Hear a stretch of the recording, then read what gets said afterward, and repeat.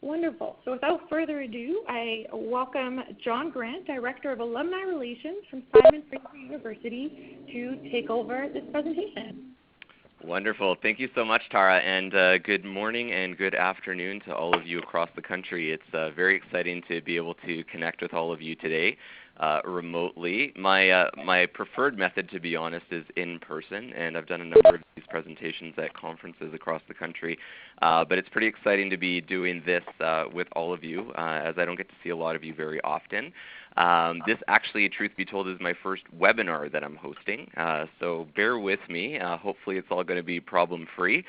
Tara's done a great job of orienting me to the whole system and everything, and as she said, please feel free to use the Q&A chat box on the side, which we'll get to as we go along. I'm really honored to be sharing this experience that we've gone through here at SFU, Simon Fraser University, with you, and more importantly, the learnings that we had as well, because I think that's really what this is all about in terms of our shared community of practice across the country. So very pleased to be here with you today.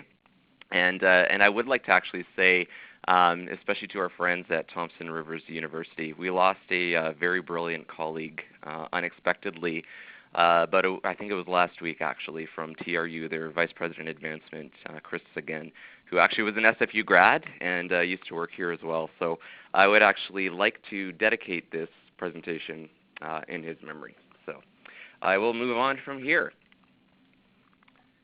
So hopefully the slide has moved. There we go. This is me, and this is our topic, Successfully Updating Your Traditional Event. So a little bit about me. This is my face, so you all know who is talking on the other end of the line. We are at Simon Fraser University, I should say. I've been here for a very long time. I'm a 3-time grad of the university and completed my Master of Education most recently in post-secondary leadership, and my thesis was actually focused on young alumni engagement and how we can actually proactively engage recent alumni. And that may be a different webinar topic in the future. If I do well today and people are enjoying this, then I'd be happy to come back and present on that at a later time. My background's in communication and psychology as well, and I actually began my career at SFU going through the co-op program.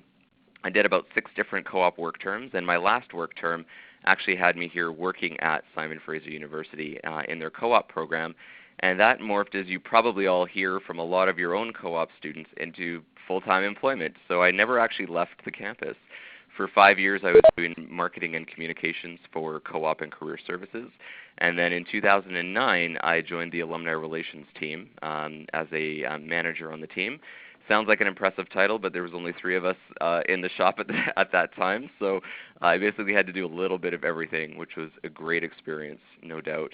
And I've been in this office now ever since, and in my directorship since 2014. I'm really proud to say that our office has received a number of awards in the recent past. Most notably, I must say a big thank you to CCAE, as we were the Prix d'Excellence winners for the Gold Award for Best Alumni Event this past year. So a big thank you to them and the judging panel. And we've also received an award from CASE for our 50th anniversary event that we did 2 years ago, and it was titled Engaging the Charters, because we welcomed our charter alumni back. We are a very unique university in that we actually have charter alumni, or those graduates who were the first graduates from the university 50 years ago. And finally, just a fun little anecdote, a little personal note, I am going to be a new father in November, so that's going to be a nice new challenge for me, no doubt. Going on to our next slide here, I want to tell you a little bit about Simon Fraser University. I don't want to assume that everybody is fully aware of who we are or what we do. We are located in beautiful British Columbia in Burnaby, BC. Our main campus is about 45 minutes or half an hour out of the Vancouver core. And we brand ourselves as Canada's most community-engaged research university. We have 3 campuses, our largest footprint being downtown Vancouver, also on our Burnaby campus, and we have a campus in Surrey, which is Canada's fastest growing city. We have roughly 30,000 FTEs. We have 8 faculties. We don't have any professional schools, though, and we do have 150,000 alumni in just over 140 countries. As I said earlier, we're about 50 years old. We celebrated our 50th anniversary back in 2015. So I guess we're, 52 now, I guess. And we're also Canada's only NCAA Division II university as well. From an organizational standpoint, our Alumni Relations Office actually functioned separately from our Advancement Office. And it wasn't until 2012 that those two operations came back together. Much like probably many of you, it has kind of bounced back and forth, somewhat like a ping pong ball over history. I have a very strong sense that we're here to stay for quite a while, and we're very happy about that as well because we see a lot of synergies in play as a result of that now. We also have a separately incorporated not-for-profit alumni association, and I am the executive director of that board while also holding a dual role as the director of the Alumni Relations Office here. So again, probably not a very different model from what a lot of you are situated as well. We have approximately 60 staff in our entire advancement and alumni engagement operation, and that includes teams across records, research, obviously fundraisers, our alumni team. We have a ceremonies and events team in-house as well. But our actual alumni team only has 4 people in it. Myself, an event coordinator, a program assistant for our event coordinator, and a secretary for the office. We do a lot of leveraging our internal partners, such as our ceremonies and events team and our records team in advancement, to help us actually accomplish all of the things that we actually have to do. But my key message for this, for all of you today, is we are a relatively tiny shop, and that's what excites me to be able to share this experience with you and to be able to hopefully give you a little bit of inspiration as well in terms of how you may be able to look at things a little bit differently. So in terms of the learning objectives today, for me this is a really important thing as it helps to ground not only the conversation and the presentation. In this case it's probably more of a presentation for the majority of this. We'll do a conversation at the end. And on that note, I'd actually love if you don't mind if you can hold your questions until the end, or feel free to log them in the Q&A box on the side, but I'll likely address them at the end because there's a chance that I'll probably be covering a lot of what you're asking about as we go throughout. And so please bear with me on that front.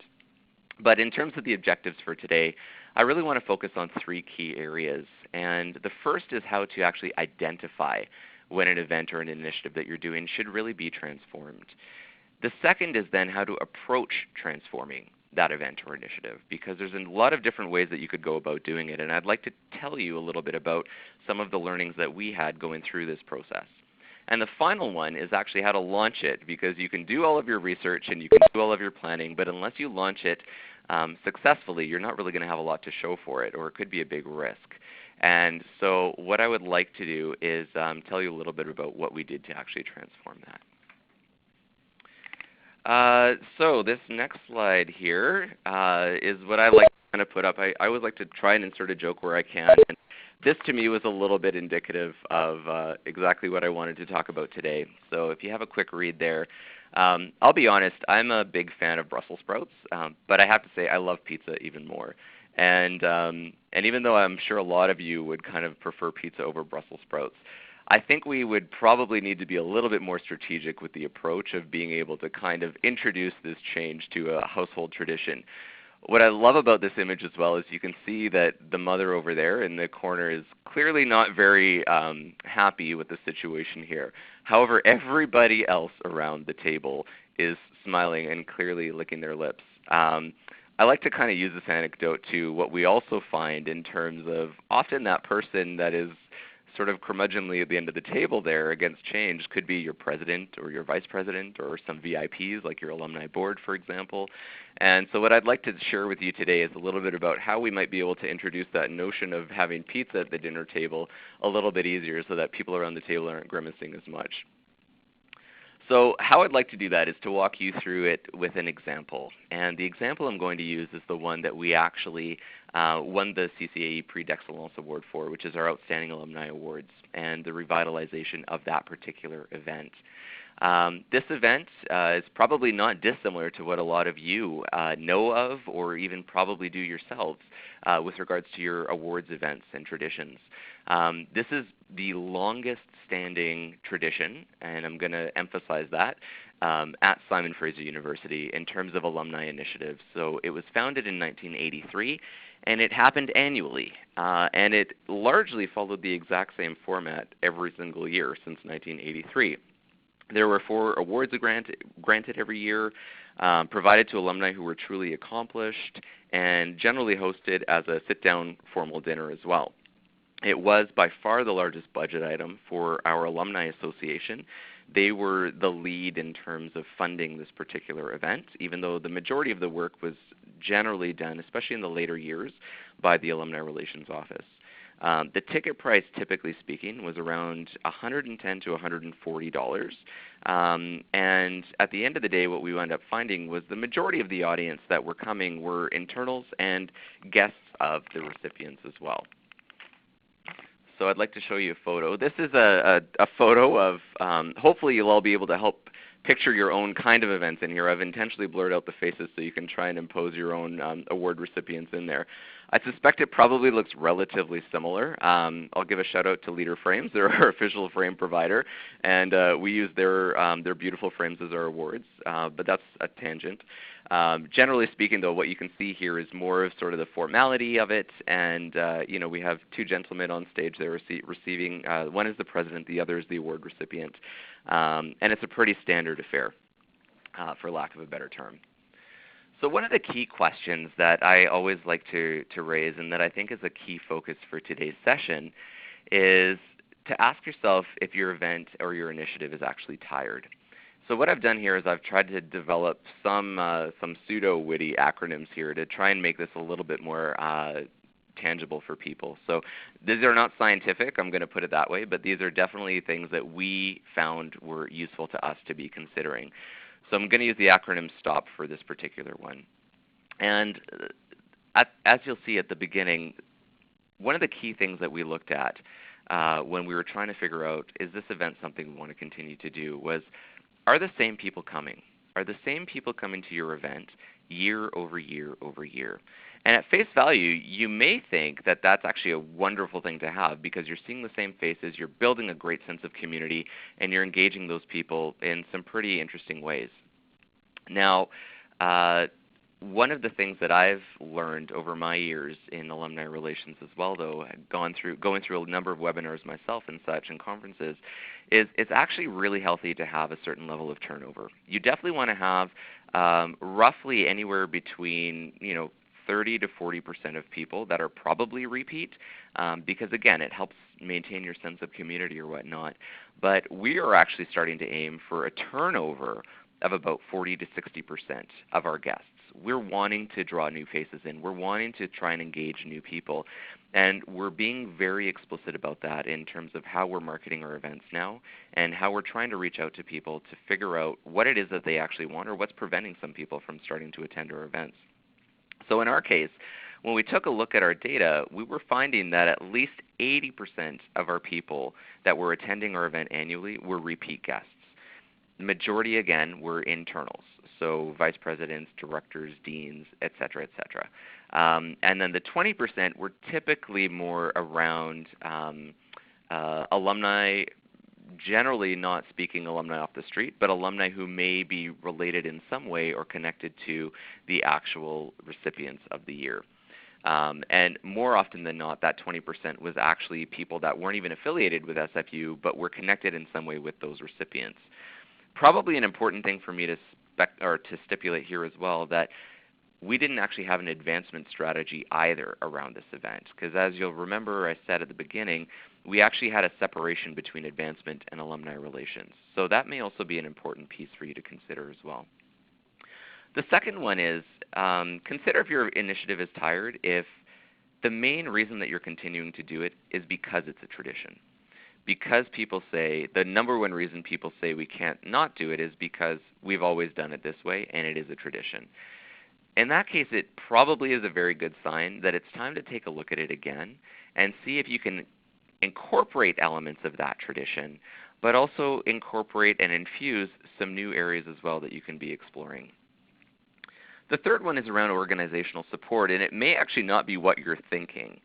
Aside from seeing the same faces every year, ask yourself if the majority of them are your own. Are they your own faculty, your own staff, your own administrators? And don't lie to yourself, and I don't mean that in a despairing way. I mean more so, look at your data and see if the people who are coming are your actual target market.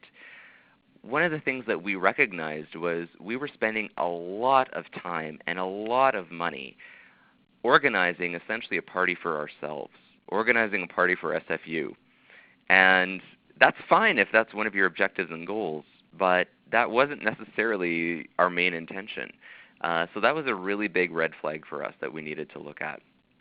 And the final one is around planning. Again, it's one of the key reasons that you're continuing to do your initiative the way that you're doing it, because you just don't have the energy to think about or to plan something new. And that's a really common thing, and it's a hard place for us all to get into because we're all so busy and there's so much going on. I would also say, though, it is a telltale sign that your event or your initiative is probably ready for some kind of a facelift. In our case, that was very much what we found. And so the next piece to me then talks about opportunity. If you've identified that your initiative is tired, that's a great thing in order to actually be able to say, you know what, we've taken a look and we actually feel that, yeah, we need to be changing something. And I have a feeling that the majority of you are on this call because you've already identified a lot of those factors. And so now what a lot of it really is about is figuring out how do you move forward and what can you be leveraging to your advantage to help push you in that direction. So for example, one of the key things, which is not going to be a surprise to many of you, is leadership, particularly new leadership. And when new leadership comes into play, that can have a humongous impact in terms of how to drive things forward.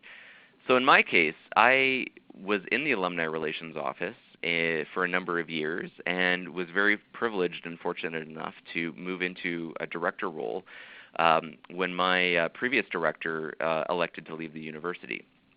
And to me, this was a really great opportunity because my boss, who was the vice president, was also really excited and had said to me, I want things to look a little bit different, generally speaking. It wasn't specific to this initiative, but she was really keen. Her name was Kathy Daminato. A lot of you will know her.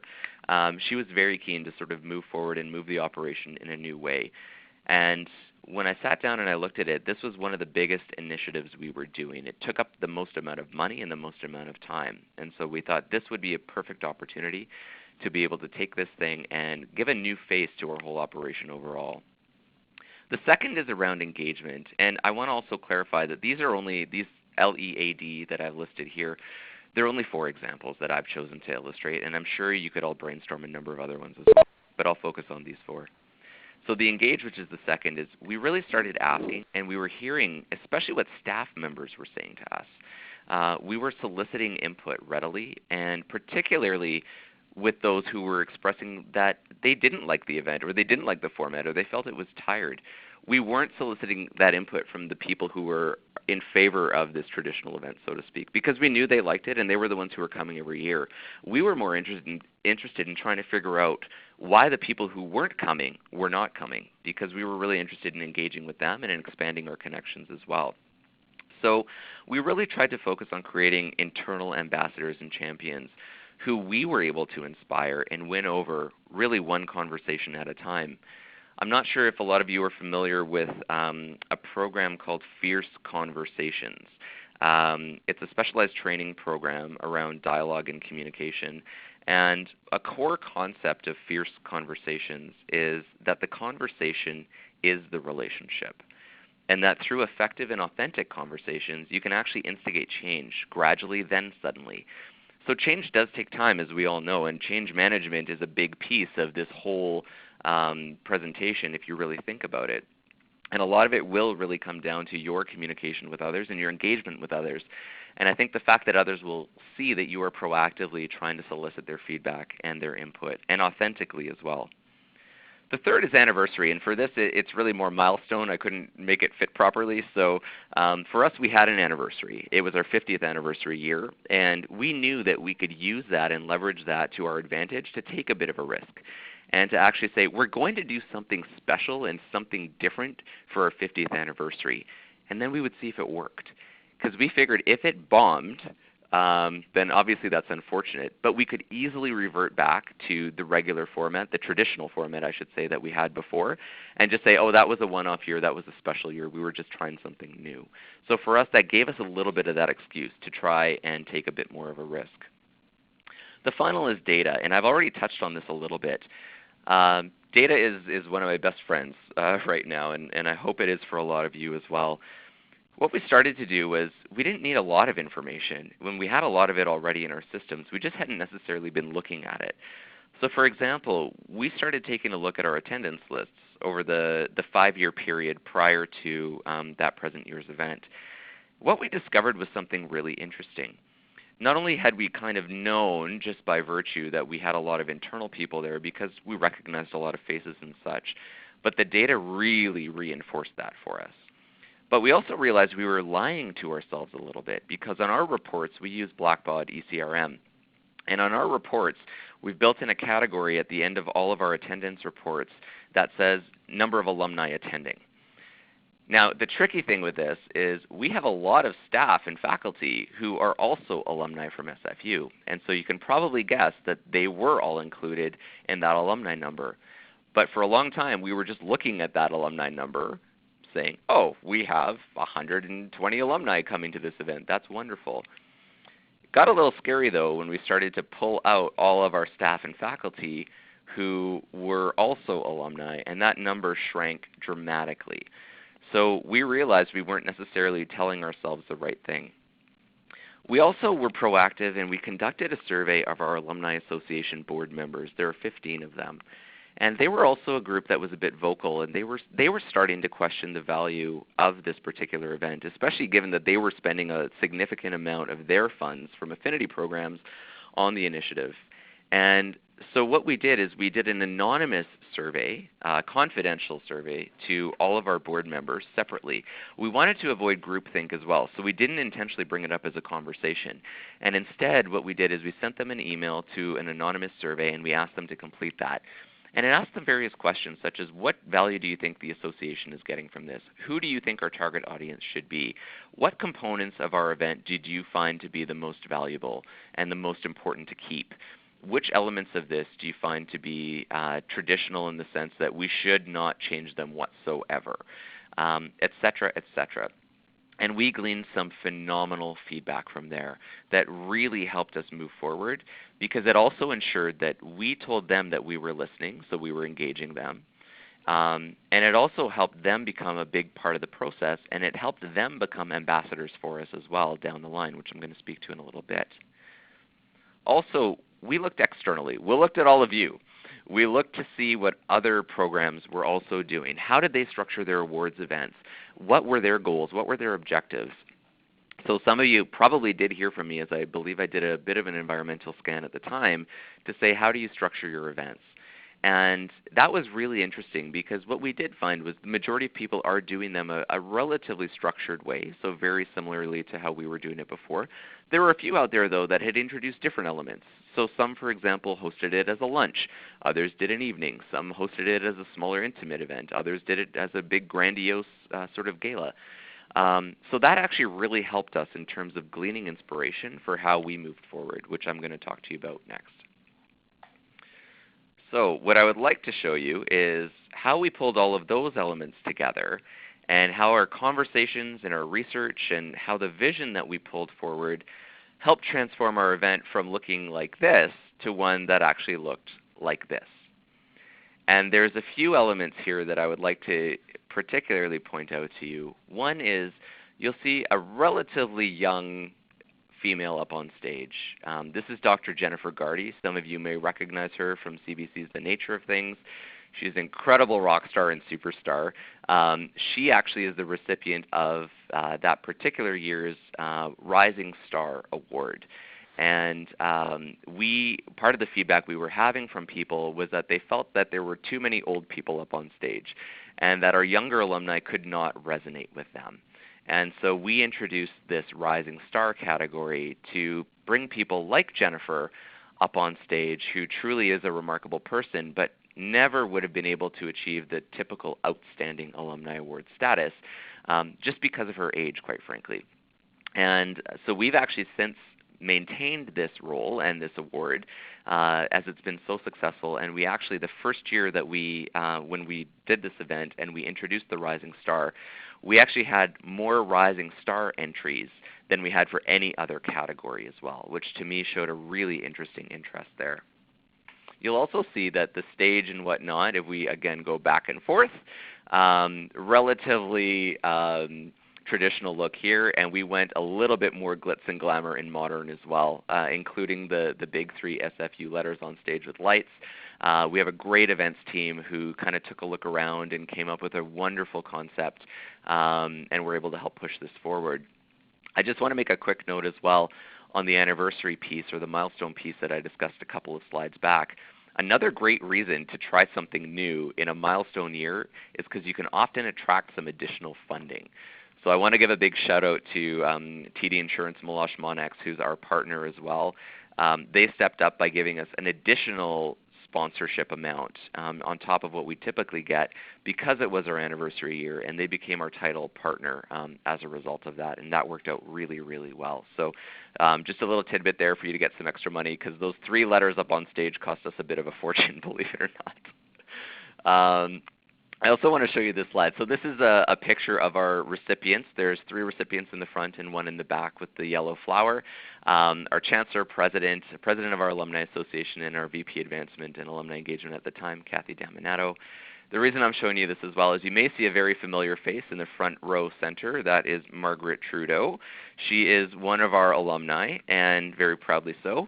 And I'll have a little bit more on her as we move forward as well. Just a note on that too, though, again, if you have a milestone year and you're looking to really sort of push it out and push it up, see if you can find someone who could be very strategic for you to be awarding in that given year. It just so happened, believe it or not, that her son was elected that year as our Prime Minister. The selection committee had actually made the decision before the election, well before the election had happened. So it was quite serendipitous for us. But as you will see, we certainly took advantage of that. And I would encourage you to do the same, to be very strategic with your selection process as well if you're doing an awards ceremony in particular. So it's all fine and dandy for me to be sharing all of this with you and telling you how we did it, but at the end of the day, you certainly want to know if this was successful. And the reason, hopefully, that I'm here sharing this with you is because I feel very strongly that we were, and we've had that reinforced by others as well who've looked at our submissions. These are just a couple of examples of the goals that we had set out at the beginning. And it really focused for us. Attendance was a very important goal. We wanted, as I said, to see some new faces, to engage some new talent, and to help build our community a bit. So we wanted to have at least 400 people come to our event, which was going to be a big increase for us. Typically we had anywhere from 200 to maybe 350 at the most. As you'll see, we actually had 456 register and just over 430 attend. So we were really happy with that because we did exceed our goal. We also wanted a minimum of 250 alumni in attendance. And you'll see we actually fell short of that target. So I think it's important for me to share that with you all. We still consider it a success. We had just over 200 registered. But when we actually take a look at comparative data, we'll see that it's still a gigantic jump from where we were the previous year. And even more so, if we take out the number of faculty and staff who were also alumni that attended, we then see an attendance jump of alumni attendance of almost 220%, I think, over the prior year, which for us was really something quite spectacular. So this actually will show you the different breakdown. So 2016 is actually over to the left. I think this slide is backwards. But the data is the same. So you will see the consistent growth that we did have. The 2013 number is actually probably more reminiscent of the historical event attendance for the event. So we were trending relatively low. And again, quite a bit of effort and money was going into this as well. But you'll still see a very low ratio of alumni attending, generally speaking, across the board. Thankfully, we were able to up that to 33%.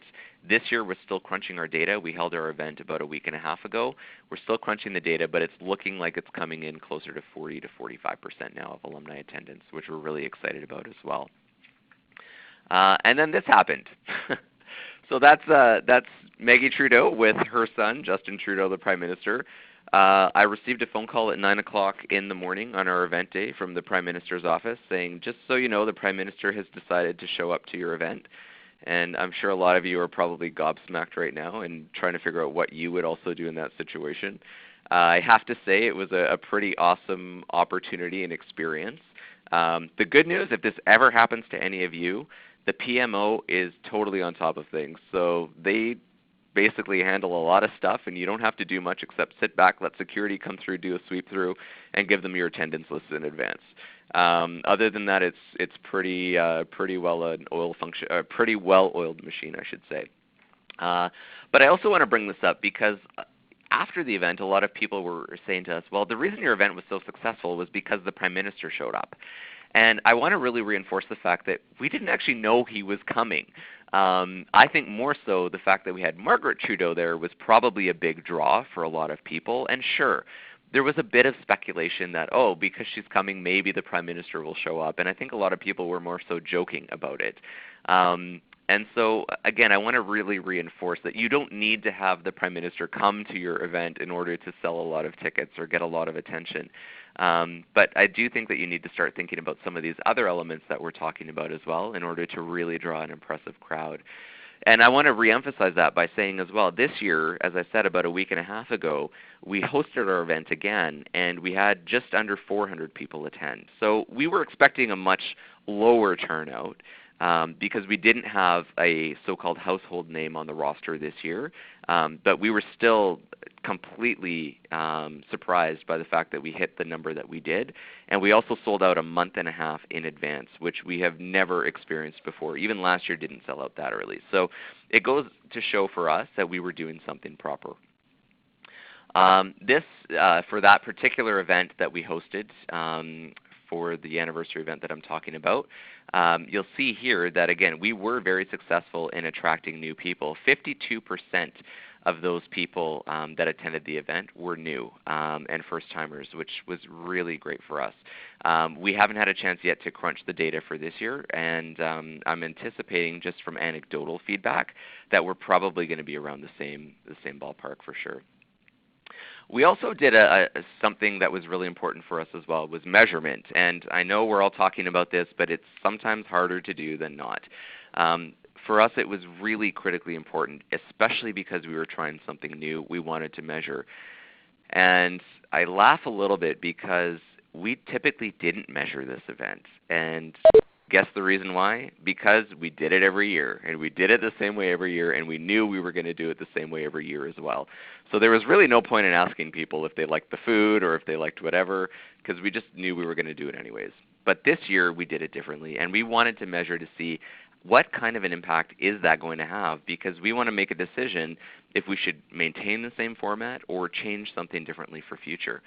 So you'll see here we had 85 respondents. We had 85 respondents to our survey, which is about 19% of those who attended. And we had a pretty decent breakdown in terms of respondents. 40% alumni, 13% faculty, 22 staff, and 18% guests, and a few others in there as well. You'll also see we had 3% future alumni.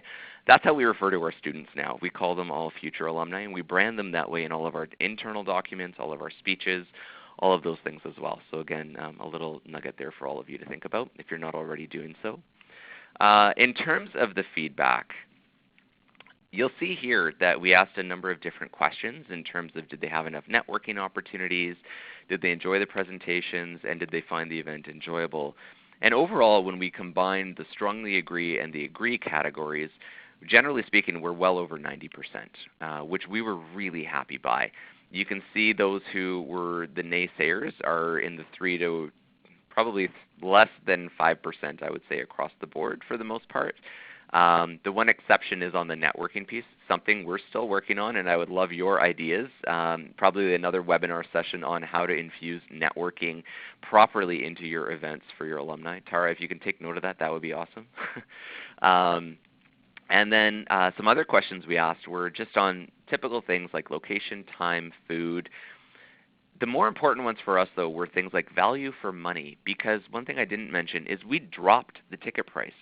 We changed the event format. It was not a sit-down dinner. We changed it so that it would actually be a TEDx-style event. So it became a stand-up reception, and then we did a theater-style sort of presentations, like TEDx style, or TED speaker style, by our 4 recipients. And then we went back into a stand-up networking reception again. So we completely nixed the dinner.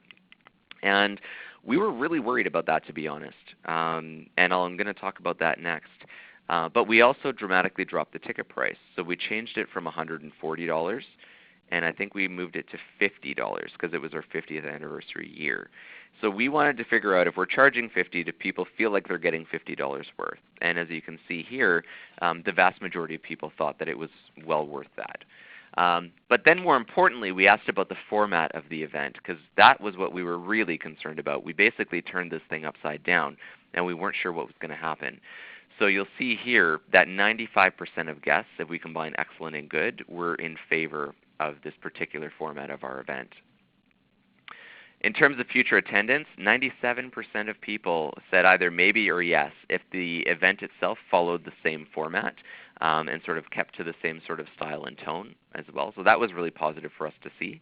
And we asked about level of pride, and as you can see here, 66% of attendees actually said their level of pride in the university and their affiliation with SFU increased as a result of attending the event. This is something that we're trying to measure a lot more as well. It's become increasingly more important for us. And when we look at overall satisfaction as well, we can see that 98% of our guests, at least who responded to the survey, responded either excellent or good to this particular piece. So how did we do it? That's the really important thing that I want to tie this all together with. A big one for us internally was we needed to really present a concept that helped people understand what kind of an experience we were trying to create for people. And so as a result of that, we thought it would be better to not just talk about things in sort of generic terms, but we used specific examples. And that's why I mentioned TED. We looked at TED Talks and TED conferences, and we felt that those were a really accessible type of format. And at the end of the day, what we were there to do was to really tell stories. We wanted the recipients to tell stories and inspire others. No one, I think, does that better than TED does. And so we used TED as our inspiration, and we used that to help formulate all of our internal documents and discussions while we were having these conversations with people to try to bring them on side and on board as well. Also from a guest perspective, so externally, we needed to make sure that we weren't confusing people that we were hosting the same event. We were really worried that people were just going to buy tickets assuming they were coming to a sit-down dinner and it was going to be the regular Outstanding Alumni Awards event they'd attended since 1983. So instead, we actually went through a whole brand refresh and change as well for this. And instead of calling it our Outstanding Alumni Awards, we did a really subtle change, and we called it an evening with our outstanding alumni. And we updated our branding. We made it more fresh. We took out our lovely little sort of script writing. We made it a lot more modern, and we reflected the same kind of style that you saw on the stage in our invitations and in all of our website content, etc. And that was really important for us as well, to try and make people look at it who hadn't been looking at it before either, to know that this was going to be something completely different. We also needed to negotiate. At first, we were going to strictly do a TEDx style of event, a stand-up reception, TED-style speaker presentation, and then another stand-up reception. We got some significant pushback from our deans and our advancement directors, our fundraisers, because they were concerned they wouldn't have a good opportunity to sit down and have an in-depth conversation with those people that would typically be sitting at their tables. The deans in particular saw this as a really important fundraising opportunity for them, even though advancement didn't necessarily see it as a fundraising event. So we compromised, and what we did is we actually created a luncheon that was hosted earlier in the day, and it was branded as a VIP luncheon. The deans, the directors of advancement, the recipients, and a handful of their guests were invited to attend. It was literally a luncheon of about 50 people, and it gave them an opportunity to connect directly with the recipients and some of their guests. And that seemed to really appease the deans and make them quite happy and feel like they actually were able to do that connection they were looking for. We had a ton of time having conversations in this negotiation phase to try and figure out what those issues would be. We also had really clearly articulated goals. So when we created the initial sort of project charter or vision document, whatever you want to call it, not only did we have the example of the TED Talk and sort of a vision, but we had some very specific goals and objectives outlined so we could show how this format would add strategic advantage to the university and to our alumni community as well. And so that would be very important. Don't underestimate the power of that pre-planning for sure. Analysis was another big one for us. So I mentioned earlier the piece about data. We looked at our attendance list. We did an environmental scan. We did a bit of survey research as well to try to figure out what we should be doing differently. And that really helped us figure out what we wanted to accomplish. I also put assumptions here in brackets because a key reason why we hadn't actually changed the event or were reluctant to change the event is because we thought it would be really important for advancement. We thought that they thought this was a great event to engage their donors. And when I spoke with my colleague in advancement, I was completely surprised to hear that they thought they would rather have their fundraisers going out making calls than trying to find people to have bums in seats in for this dinner event. And so they actually said, you know what, do it, make a change, see what you can do, but just make sure we can still have some good conversations. So that was a real surprise for us. Guests is another big one, and this is pretty obvious maybe for some of you, but it's not always the case. Focus on the guest experience and be clear on who you're actually targeting. For us, if we wanted to bring young alumni into the door, which really is a big goal of ours, they're not going to pay $140 for a ticket. They just don't have that kind of money. And even if they did, unless they are intimately related to one of the recipients, they're probably not going to come and spend $140 to hear someone speak, at least not for 5 or 7 minutes on stage. So that was a really key thing to help sort of guide our ability to move forward as well. And the final one is endorsement. I spoke earlier about getting champions and ambassadors. Make sure that you get support from those around you, and even if it's one at a time, inspire them with your vision and your rationale and leverage them in their power as well. And in my case, it was our vice president, so I was really fortunate in that sense that she understood the vision and she was excited by the vision and she wanted us to do something different. And so we were able to take that and to use her and her authority and her power to help us kind of push that through. Because I'm not going to lie, our president of the university was not convinced. And it took a lot of work on all of our parts to really get him to come around and to really help him with that vision as well. And my last key message really is life goes on. We tried it. We took a gigantic risk, and it was a huge success for us. So much so that this picture here shows a snippet of the event from a week and a half ago. You'll see those letters are still there. We found it in the budget to make it happen. This is actually a minister of women empowerment and child protection from Indonesia, Dr. Johanna Yambise, who was here with a delegation from Indonesia for our event. You'll see similar formats, similar stage presence. We definitely made a few little tweaks here and there, but at the end of the day, it really did kind of stay true to the original vision that we had. So on that note, that's been a lot of talking for me. I would love to open the floor to questions, comments, concerns, whatever you may have. And at a bare minimum, I hope I was at least able to not only maybe for some of you reconfirm some of your thoughts or ideas or how you're moving forward, but also to inspire a little bit and give you a little bit of that nudge that you might need. Wonderful. Thanks, John. So everybody knows with their questions, I'm currently unmuting your line. So does anybody with a line that's unmuted have any questions? We don't have anything queued up in the box just yet, but we'll just have a moment and everyone's lines will be unmuted. As we get prepared for folks to ask their questions, John, where do the SFU letters live when they're not on stage? Are they in your office? No, I wish. That would be awesome. No, they were rentals, so we rented them from an event company. Okay, great. Well, that's something I think that's always kind of interesting. Yeah, exactly. Okay, so your lines are unmuted. Are there any questions that anyone may have for our presenter? John, this is Janet Taylor, and I'd just like to know, I think you may have mentioned how long this event had existed, but could you just elaborate a little bit more on when it started and what its evolution was, if any, over the years before you made this major transformation? Absolutely, Janet. Nice to hear from you again. The event was founded in 1983 by the Alumni Association, actually. And the Alumni Association themselves had sort of managed and overseen the entire event for at least a decade, if not two. And then when the university came to the table and actually created an Office of Alumni Relations with staff, staff largely started to take over that. But the event itself, honestly, pretty much stayed at the same venue, had the same types of award categories, the same format, different rubber chicken from year to year. But other than that, it mostly looked the same. And so it was at that point where especially the younger people on our Alumni Association Board of Directors started to kind of squawk a little bit and say, you know, this is kind of tired. And we're seeing a lot of the same people, and we're not seeing a lot of young people. And for them, that was a really important thing, was to try and engage a much broader demographic, which quite honestly our new format has certainly done.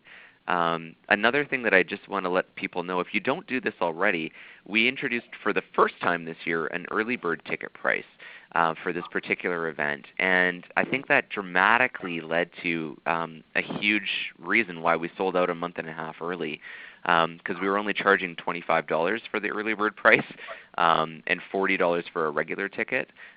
So this is a highly subsidized event as well through our affinity partners primarily. We use a lot of their money to kind of fund this event. So does that answer your question, Janet? Yes. Just let me know what year the Alumni Relations Office was founded, if you could. You're putting me on the spot. I think it was 93. Okay, so only about 10 years after the event was established. That's right, yeah. Okay, that's great. Just very helpful. Thank you. Great. John, we do have a question in the chat box. Great. 2 parts. So the first one being, what are your award categories? Because the person asking currently has a gala awards dinner with 10+ awards. Perfect. So I'm just going to pull it up here, and I will actually send you all a link. I'm going to put it in the chat box here, and it'll be broadcast to all. So this actually will show you the actual page for our Outstanding Alumni Awards. Oh, and sorry, you know what? I realized I sent you the wrong one. I'm going to send you a different one instead. That one was, the first one was to the actual awards event. The second one is to the actual awards themselves. And so our categories are listed on here, and we have, I believe, 8. 1, 2, 3, 4, 5, 6. Yes, there are 8 of them.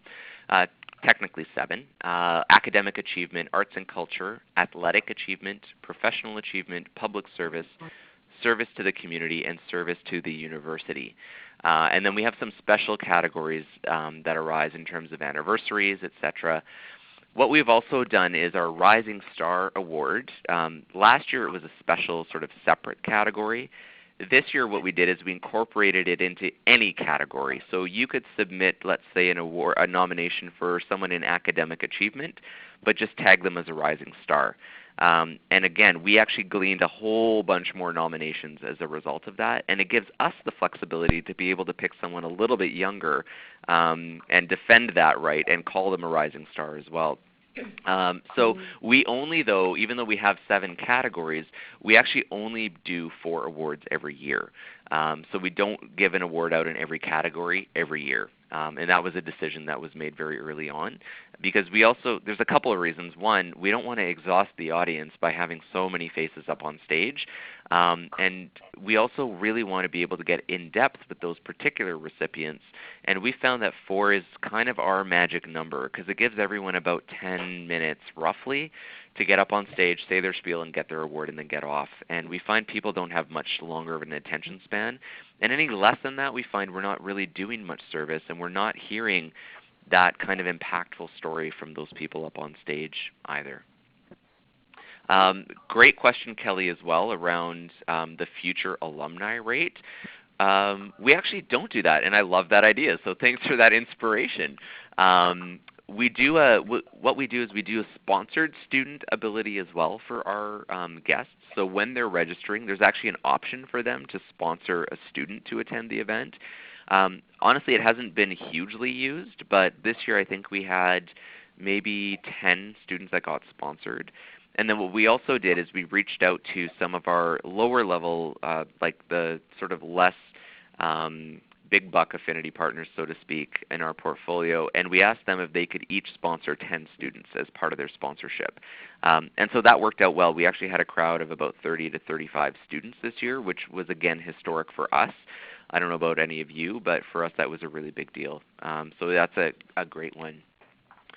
Leah, thank you for your question. How do you decide who wins the awards and what awards are given out each year?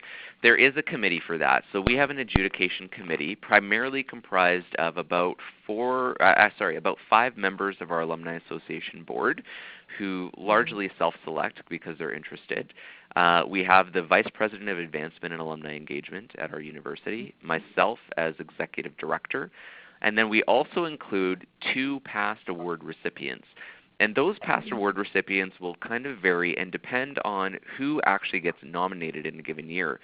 So for example, if we have a whole bunch of nominations, let's say for academic achievement, but none of my board members are from the Academy, then it means I want to reach out into the past Academic Achievement Award recipients to see if I can pull any of them in to kind of get their input and feedback, because we have a lot of questions when we're making those decisions about, well, how truly impressive is this person as compared to a regular academic, for example, right? Or is the fact that they've published X number of things actually that impressive as compared to somebody else? Or for example, if we have someone that's been nominated for professional achievement and they work in, let's say, some kind of engineering or scientific realm, but we don't have anybody on our board that represents that area, then I try and find a past award recipient that also works in that domain that can help to shed some light on that as well. So we send out the packages about 4 weeks in advance of our meeting. Well, 2 to 4 weeks, let's be realistic. And then the committee comes together and we do a short list together in terms of who people's top 5 are generally, and then we kind of do a little bit of wrestling back and forth. Of course we aim for diversity as well, so that's a big factor. We don't want to have 4 of the same gender up on stage, so we try and mix and match that, as well as ethnicity, academic disciplines, those kinds of things too. So I hope that answered your question, Leah. Okay. Thanks, John. That was wonderful. Does anybody have any? I think we have time for one more question, either over the phone or through the chat box. Any questions, we can email him. We'll give folks a second to mull that over. John, are people open to contacting you should something come up after the call? Absolutely. So I will also, my email address, and I will put it again in the chat box, but for everybody else who's listening, it's John, just my name, John_Grant at sfu.ca. Again, John_Grant at sfu.ca. Perfect. So it might sound like we're all set for questions. So again, I would like to thank you, John, very much for your time. I would like to thank all those who participated and who are still on the call. Shortly after this call, you will be receiving an email asking you to evaluate the call, its content, as well as the presenter and some questions about CCE. So we thank you in advance for your attention there. Should you have any questions at all, contact myself, Tara Sandler, or admin@ccecanada.org. So we wish you all a very wonderful day. And John, thank you very much once again. Thank you all.